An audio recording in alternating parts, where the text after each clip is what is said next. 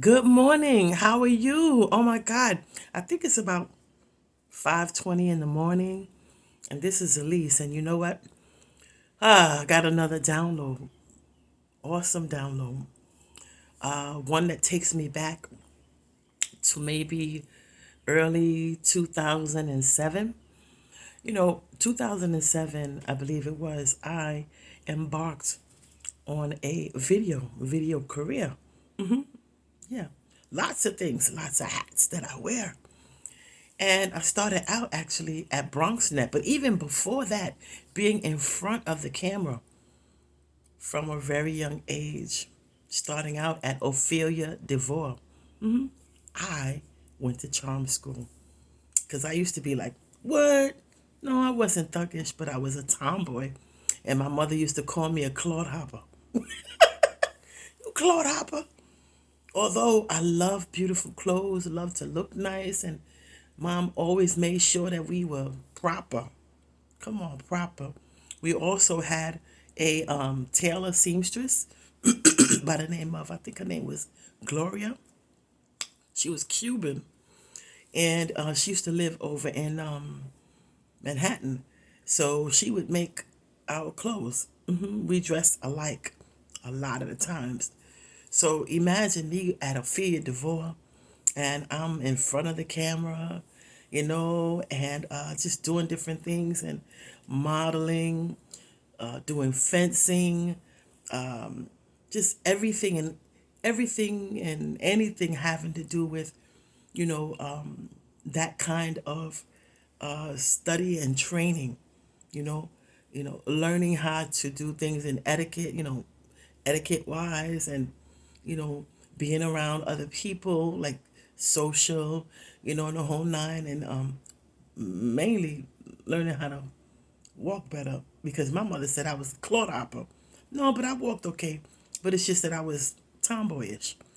But the funny thing about that, she was tomboyish, but she was beautiful.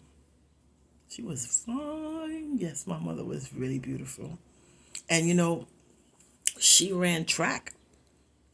She was very athletic. She even had varsity letters. She went to high school and she became this person, in the sports, not sports department, but you know how you take gym and then they have these events and stuff. People are on the basketball team, the track team, and whatever other teams that they had. Well, she had varsity letters. So kudos, mom. She's gone now, but she was well accomplished. And one of the things that she used to do with me, just in terms of activity, only when we were out, was before we got home or before we got to the building, she would say, I'm going to race you to the building. So we would run from 3rd Avenue all the way to the back door of the building. Wow, that was it right there. Or if it was bowling, we would be out in Philly with my best cousin, Sam. We always stayed at Sam's house, or, we were out in Jersey, but all the time, And Sam had a pool table, so I learned how to shoot pool. We always went bowling because him and mommy were like professional bowlers. They were on teams. And you know what? Yesterday, I wore her bowling shirt, her league shirt. And not only that, golf. I've never really been a whole lot on the golf field, but my cousin Sam was an avid golfer. And with that, with the golfing, the bowling, and the pool, he taught me how to fight. Between him and mommy, boom, boom, what? And I said before how he used to hold his drink in his hand and he would box me with one hand. So, in other words, I was very much always, even though I wore dresses when I was a kid, I was tomboyish. And when she said, "Oh my God, you walk like a clodhopper," oh my God, I feared divorce where I went. And I had a great, great time, great run, and modeled. But from the time I was young, I was modeling, like 7, 8 years old. Oh my God. I had a photographer and everything. My mother wasn't playing. She did not play. So, in all of that, that's how I grew up, you know. That's how I actually grew up. Beautiful, beautiful thing. And then, as I'm in junior high school, basketball, gymnastics, track, baseball, I was doing everything. But she just couldn't get with the way I was walking. Yeah, yeah. And I was always lifting weights. Yeah, when I got older, a little older, always at there used to be Jack LaLanne.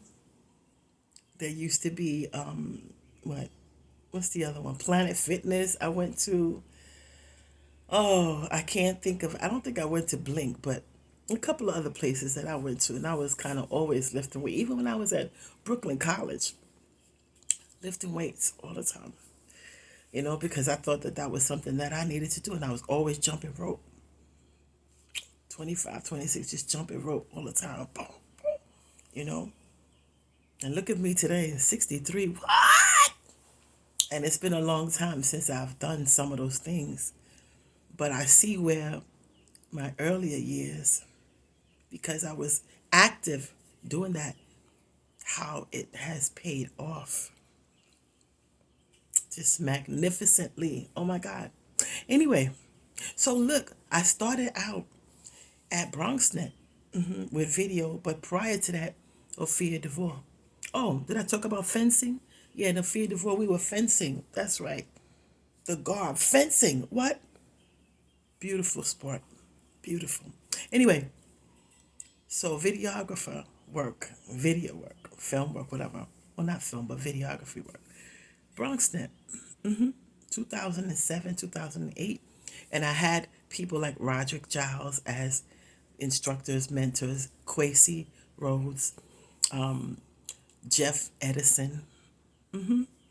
Those were another one, Alan Carlton. But Alan himself was an access producer for many of the shows that came on because, well, put it this way, he was hired a lot. And when I say hired, whether paid or not doesn't matter. But he was always sought after because his skill, phenomenal. Phenomenal. And his advertising skill, phenomenal. Alan, awesome. So on many of, the other Access producers' works, you would see credits to Alan Carlton. And I'm one of those persons so blessed to have had him be on and be a part of many of the shows that I created. Shows that I created, wrote, produced, whatever. And some of them were Beyond Jordan. Beyond Jordan Presents. The remix. Also, The Delivery Room. What else? I can't think of another one right now, but yeah, we had a few shows. So let me just stop and say The Delivery Room was not my title. It was the work of Nitisha Moore.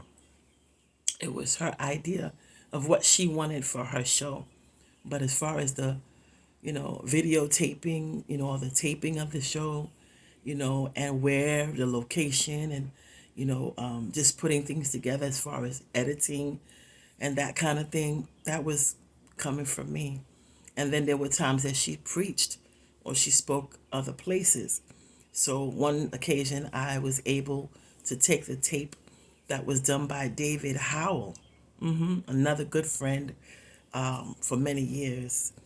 He passed away, but had a tape of David Howell's where she was at, I want to say Greater Holiness Tabernacle, Bishop Shelvis Green. She did something there, and I took the tape and I cut it up.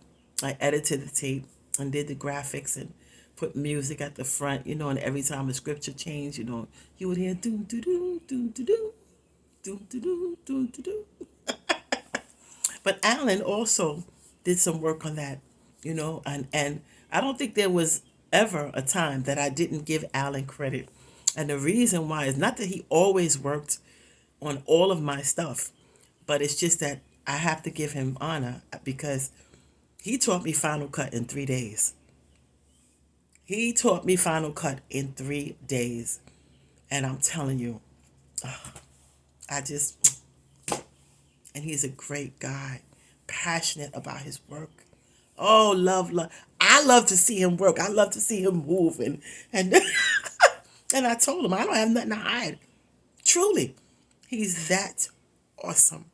And then we had G4, which was, another brother that was at BronxNet, and he did some work with me as well. And then, as I stated, we had Roderick, who was, instructor, mentor, teacher. He did also the director's vision workshop for film directing, and I've completed that course. Jeff Edison was studio. Roderick was field. Quasi worked with Roderick. So studio, field, directors, Final Cut, and there were a few others, a few other courses I think that I took or whatever. But it was an awesome run.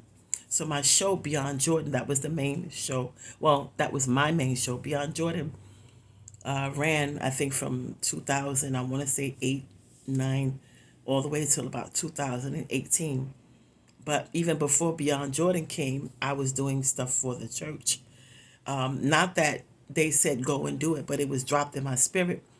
Put some shows together for the church, and we had women of worship. That was Sabrina McDaniel, and then we had Manna for Today, Bishop Eric McDaniel, and I just enjoyed doing it, and that was really my start. My own show came later, and it came through Roger. He's like, you know what? You need your own. You you need to do your own show. And I was like, you Lisa, do your own show. And I did. And I'm so glad that he said that to me. But those two shows, Women of Worship and Manna for Today, was connected to my then church. Oh, I saw something on the floor, sorry. Which was the Lord's Church, TLC, in the Bronx, New York. And Alan did some editing, some graphics on those, but I was starting out at that time. And here's the thing, when you start out in doing video, and back then, BronxNet had analog. We had beta tapes. We had tapes that looked like this. This is a large one. And we had beta tapes. So we would be on the analog system, or I would be on the analog system editing, the tapes and, doing graphics and the whole nine like that. And then later on, with the implementation of Final Cut, it was more of a breeze. And again, I got to shout out to Alan, for that 3 days teaching me Final Cut. And then, like, often, every now and then we worked together. And then there were times, many times, I was just by myself. I was so engrossed with it. I mean, I would go to the studio sometimes 9, 10 o'clock in the morning, and I wouldn't come out till like 10 o'clock at night or 9 o'clock at night. I'm like, what time is it? Huh? We had people like Anthony Jones and Lion, and oh my God, I can't even remember. There was so many. Oh God, I can't even think of the other names. It's like they're there, but they're not. But there's so many that were right there with me doing work. We just, because they had the studio downstairs set up where there was a Mac over here, a Mac over here, a Mac over here, and a Mac. So you imagine all of us in a row, and everybody's doing their work, at the same time. And then if we ever had a problem, we would call on, different ones. And there was Joe Boon Chan, and then there was I can't call his name right now, Ibrahim. God, I can't think of his name right now, but excuse me, you know who you are, and sometimes we kind of, but we still worked. You know what I'm saying? And I learned a lot. I did. I learned so much, and I had these shows, and I was on point. And Alan, anytime that I called, Alan was there, and G4, and any one of the ones that I would grab a hold to and say, could you? Also, David Holder, who was another Access producer, was instrumental in some of the things that I did in studio, in house. Maybe once or twice, but we were also in class together, and it was awesome, very, very awesome. Also, what I did was my very first like 5 minute commercial or whatever, director's workshop, and then 5 minute commercial, and then director's workshop. You know, we did this one thing in the bathroom at Neiman College. Awesome. Shout out to Nicole Moore, and the other young lady. Her name escapes me, but she played the role of the battered woman, and that was actually my first time directing a scene. So I wrote it, put it together, and the thing is, everything was just spontaneous. So it wasn't like I sat down and said, "Well, this is what I'm gonna do. That's what I'm gonna do." Well, actually, let me stop for a moment. I had an idea. Didn't exactly know how I was gonna play it out, but it came to me: bathroom, mirror, this and that. You know what I'm saying? And we just rocked and rolled. We just did it. And I think if we had a brief rehearsal of it, it might have been in one of the classrooms using the blinds, like this idea of this person who might have been battered or abused looking out the window, that kind of thing. But when we got into doing it, it was like a 1, 2, 3 thing. It was off the chain. And I was inside a bathroom stall, standing up from the top, looking down and giving direction as to what should be done. And hopefully I'll be able to put that piece up, that you can see that little piece that was done. We had an elevator scene, we had a bathroom scene, we also had a hallway scene, and all of it was just phenomenal. Roderick, thank you. So, with all of that, you know, these are the things that make up who I am. These are the things that make up who I am. And when I did Beyond Jordan, which was my own show, Beyond Jordan was just what it says, Beyond Jordan. In the Bible, there was this Jordan River, and the Israelites were having to cross this river. But the waters were kind of tempestuous and so forth. And they had a mission, which was to cross over to the other side. So as they got in the water, for some, the water was knee deep. For some, the water was waist deep. So for some, it was higher, depending upon the height of the person. But all in all, it took faith to be able to just get in and make the decision, you know what, I'm going to get in. Can you imagine going into tempestuous waters and trying to get across onto dry ground? Taking a chance to just jump head in, just get in and do it. But as they went, it was a Beyond Jordan experience because of the fact that the waters receded. Come on. They went into a situation that seemingly looked like it could take them out. But by faith, they crossed over. And because of their faith, the waters receded. So they got in one way and got out another, which was the reason why my show was called Beyond Jordan, to bring about some solutions to everyday situations by faith. So my run with Beyond Jordan kind of sort of tapered down, maybe 2018, I want to say 18, somewhere around there. And I was running some of the same material. And it was a lot going on, just so much going on.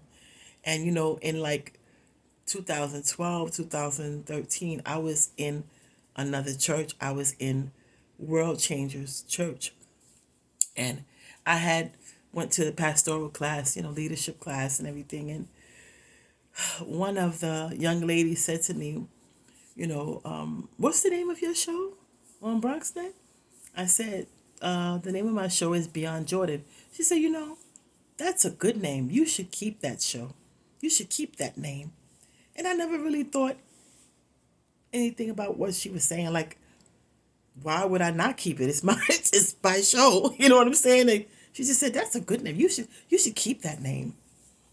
And I didn't really get like what that was really all about. I was like, thank you. You just thank you. General conversation, and the thing that so amazes me now is that part of our pastoral leadership class, we had to go out to another location, or we went to a few different locations and take part in the ministries at those other locations, you know, in various areas. So, like, my area was videography, but I didn't jump on the bandwagon with that because I already had that pretty much down pat. I already went the gamut of doing field, of doing studio, and then the director's workshop. But then not only that, I also worked in the media department at the College of New Rochelle. I was a media assistant at the College of New Rochelle and got paid for it.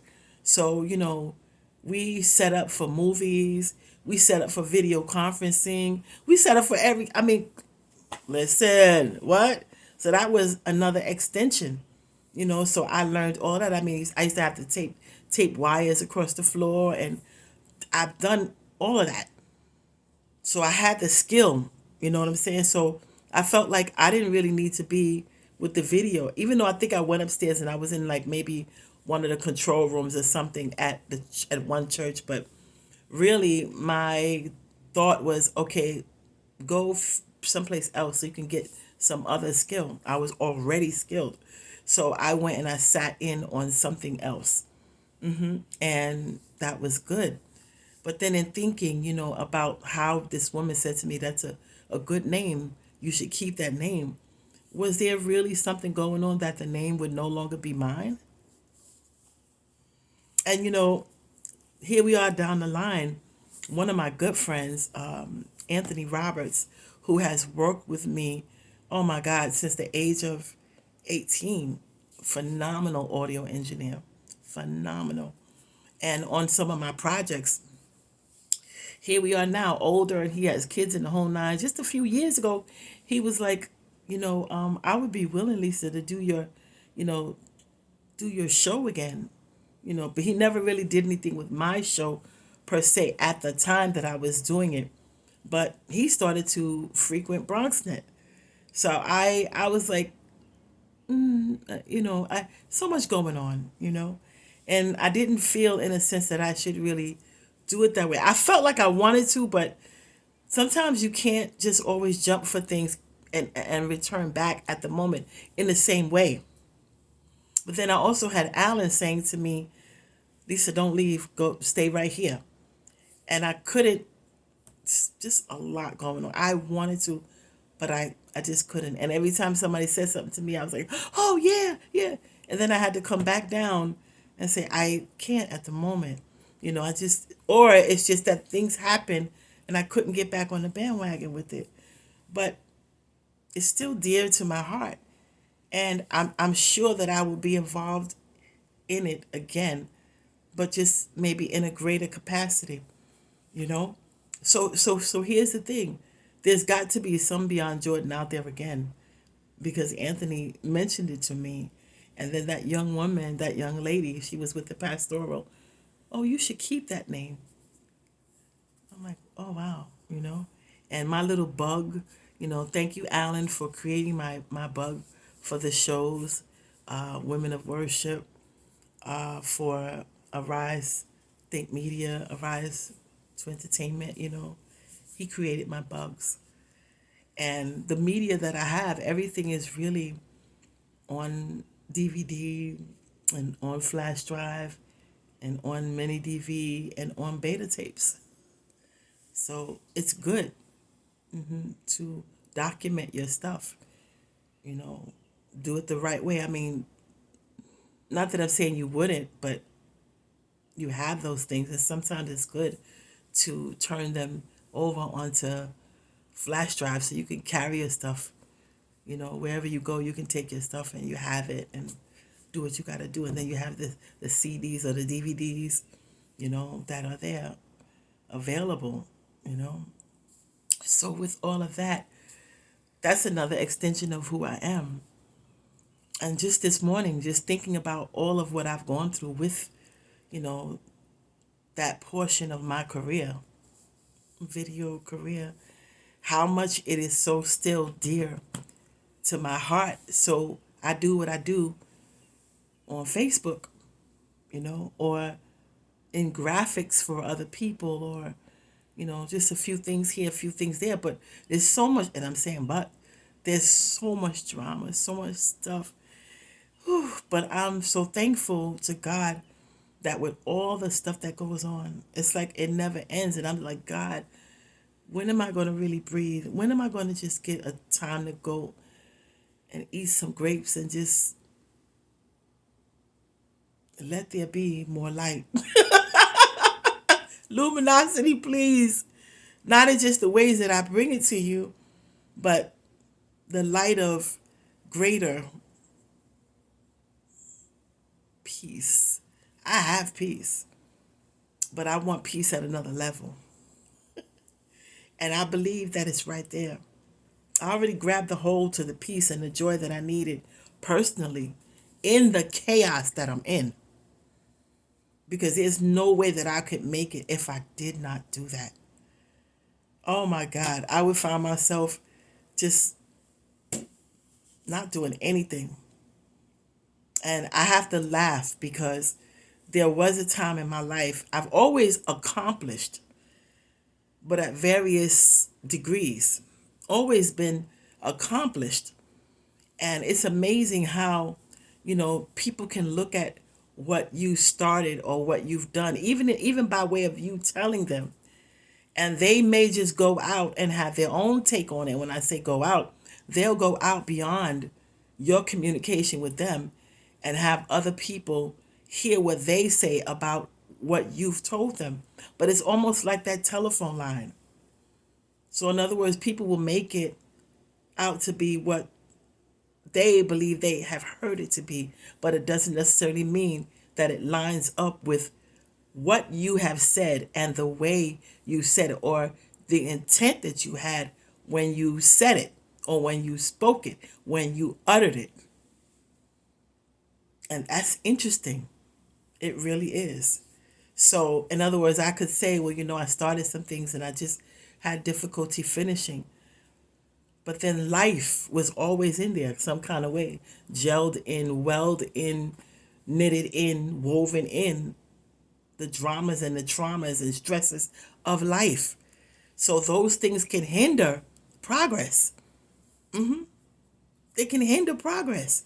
So, you know, at one point in my life, I'm looking at things one way, like that, as though I was the one who was stopping everything. But now I see it different because of what I was faced with. You see, sometimes when you're in a whole bunch of stuff, you can't see everything. It's like this. Not that you don't want to finish, but it just is so hard because you don't see it that way. But now I see it how there was just so much in front of me that, wow. And now I'm also at the place at this point where when I look back, girl, what? You were, what? Through all of it, you were accomplished. You accomplished great feats. You accomplished much. Oh my God. Always in school, always building up, always doing stuff. And even if you started and didn't finish right there, you eventually finished. And maybe learning that, you know what, I wasn't supposed to finish it because maybe my sight at that time wasn't beyond. Come on. Maybe it wasn't beyond. Maybe the beyond wasn't ready. Maybe it was that I was only supposed to get to this point with that thing right there, the way that it was, until a time to come. Beyond Jordan. Come on. Beyond Jordan. So I was in tempestuous waters. And at some point went over on dry ground. And being at this place right now, this place, it was as it was supposed to be. I can't take anything away or change anything about what has happened. But my vision, my view a long time ago was a little bit different, looking like I didn't finish, but I actually finished according to the plan and will of God. Oh, he said, don't let your good be evil spoken of. That thing tore me up the other day. Not just the other day, but a while ago. God spoke that thing to me. That scripture came. Don't let your good be evil spoken of. So we have endeavors that were so good.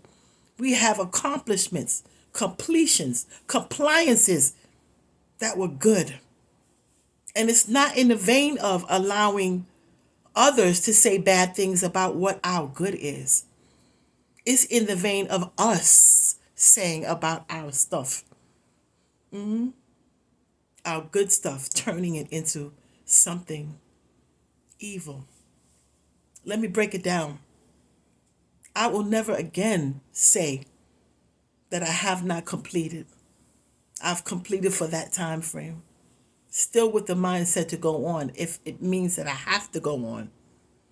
I'm allowing the yielding of myself to my work. Even if I have a deadline that's set, I'm not going crazy because I didn't meet the deadline. Maybe I wasn't supposed to. Because you know what? My sanity, my mental stability is what is most important for me. So when I yield to the work, it's going to be like it's supposed to be. And there have been times, and I do it frequently now, like I'll start to do something and it just won't. And I'm like, you know what? I'm done. What? I'm done. And I'll come back to it when I feel like I need to. What? And then I'll again pick it up. And you'll be surprised. 2-3 minutes, done. Because I'm not going to allow myself anymore to be twisted just because if I'm doing something, I'm like, you know what? If it's in another vein, because I believe, let me straighten that out. If it's in another vein or when it is, and I have other people that I'm dealing with for some reason about this endeavor or whatever it is, it's not that I just drop it and walk away. No, I'm going to say, you know what? Let's break it down for a little bit. Be back in 5. Be back in 10. Woo-side. It's important. And then coming back, we'll be okay if we need to. We may come back and then still be like, you know what? Let's shut it all down. Because we're yielding to the work. Somebody said, well, if you say yielding, it means that you're going all the way the distance that day. We're yielding to the work.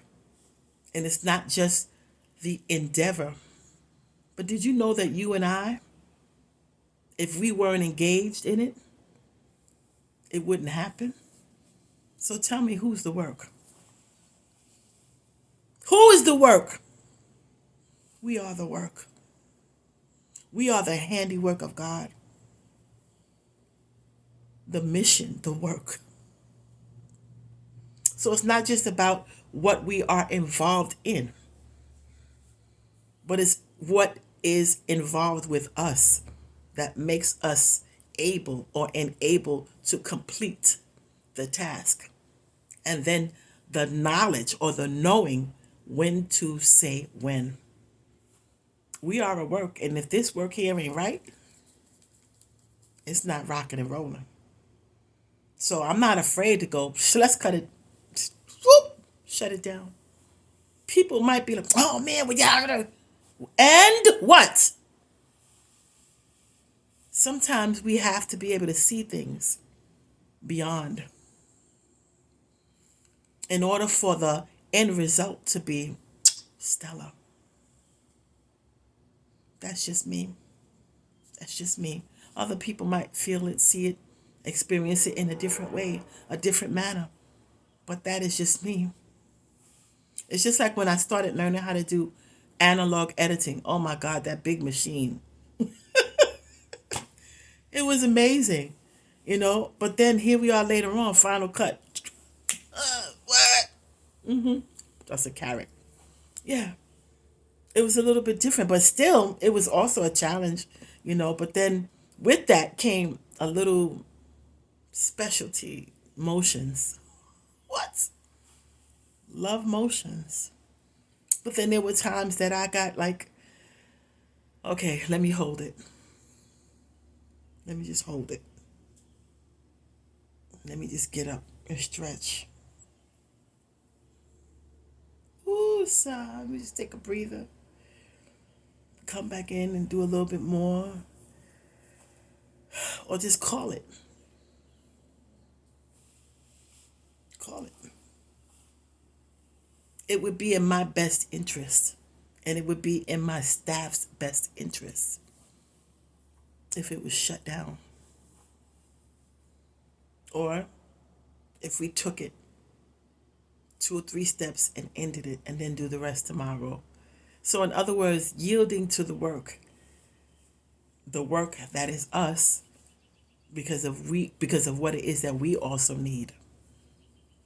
Did you hear what I said? Because of what it is that we also need to function correctly, and then yielding to the work, putting in our best, but creatively. These measures that would bring about the ultimate end result or valued outcome. So when I think about being in that bathroom and everything was just spontaneous, what? Awesome. And Roderick, thank you for that director's vision workshop. And as I think about that, that was film. I think about Beyond Jordan, how that was my show, and how Roderick said, you know, you ought to do your own. You ought to do your own show. And I'm so glad that I did. And I don't know what's going on now. Residuals really should have been coming to me. I know. Some things, you know, and somebody else might have just walked in and just whoop, maybe taking some of the DVDs and changing the credits and all this kind of stuff. And lots of stuff go on. But as it stands, Beyond Jordan is truly me. And so are the other spin-offs. They are me. I remember going to one of my cousin's homes or houses for Christmas. Either it was Christmas or Thanksgiving. And Beyond Jordan came on television. And I was like, because they just keep the television running. I was like, oh my God, my show. I never really blurt out like anything. And I believe I might have mentioned, or they may have seen it before. When they saw me on the screen, they didn't say anything. They didn't like, oh my God, you know, this is your show, or oh wow, we saw this before, or whatever. And I was feeling like, and they went right to the screen and turned it off and put TMZ on. And I stood there like, but then I personally had to get to a place where I yielded to the work. The work was me, the great handiwork of God. The show was his handiwork. I was already accomplished. Already accomplished. So here it is. I'm with family, quote unquote. And I had to suck it up. And it's not that I was tore up. I guess I just never expected that kind of response. But I was always thinking about my cousin's husband and the beautiful voice that he has and he had. He always wanted to do like radio announcing. And I said to him, you could come to BronxNet, and do some announcing. They have the calendar and they have all these. And if you wanted to do anything with me, because he had this great voice and he still does. I don't know if he ever engaged in it, but that was one of his life desires. So even out of that came something else, which means that sometimes things have to be shut down or give the appearance of being shut down. And even experiencing the feel of a shutdown in order for there to be a setup. So the setup was through the shutdown. So maybe it didn't happen for me in terms of their expression in seeing my show, but I was able to turn around and encourage somebody right there in the house to go forward with his endeavors, or either just lift up, letting him know that it can be done. So what was the great outcome? It wasn't for me so much that there was no talk about what was seen, but it wasn't meant to be in that vein. The talk was to come from me, speaking into the life of somebody else who maybe perhaps had a little bit of stagnancy or a halt or a hindrance to the things that he's always wanted to do in life. Oh, come on. So he is somebody who wanted to go beyond Jordan. And I had already gone beyond Jordan in many ways. Isn't that amazing what God will do? And now here I am. I haven't been in the studio for a little bit. It's been a while. A lot of health challenges, a lot of bunch of stuff going on. But I can still say I've gone beyond Jordan, from being Hoyer lifted out the bed, unable to walk in a wheelchair. Hoyer lifted back into the bed. All the gamut of therapy and the whole nine. I'm still in therapy, but I can shop by myself. I can do different things, and I understand my Jordan experience. So the challenges that I'm met with or faced with, they're still there. And sometimes they're magnified. Oh my God. Oh my God. But again, in the midst of chaos, in the midst of trauma, drama, stress, and strain,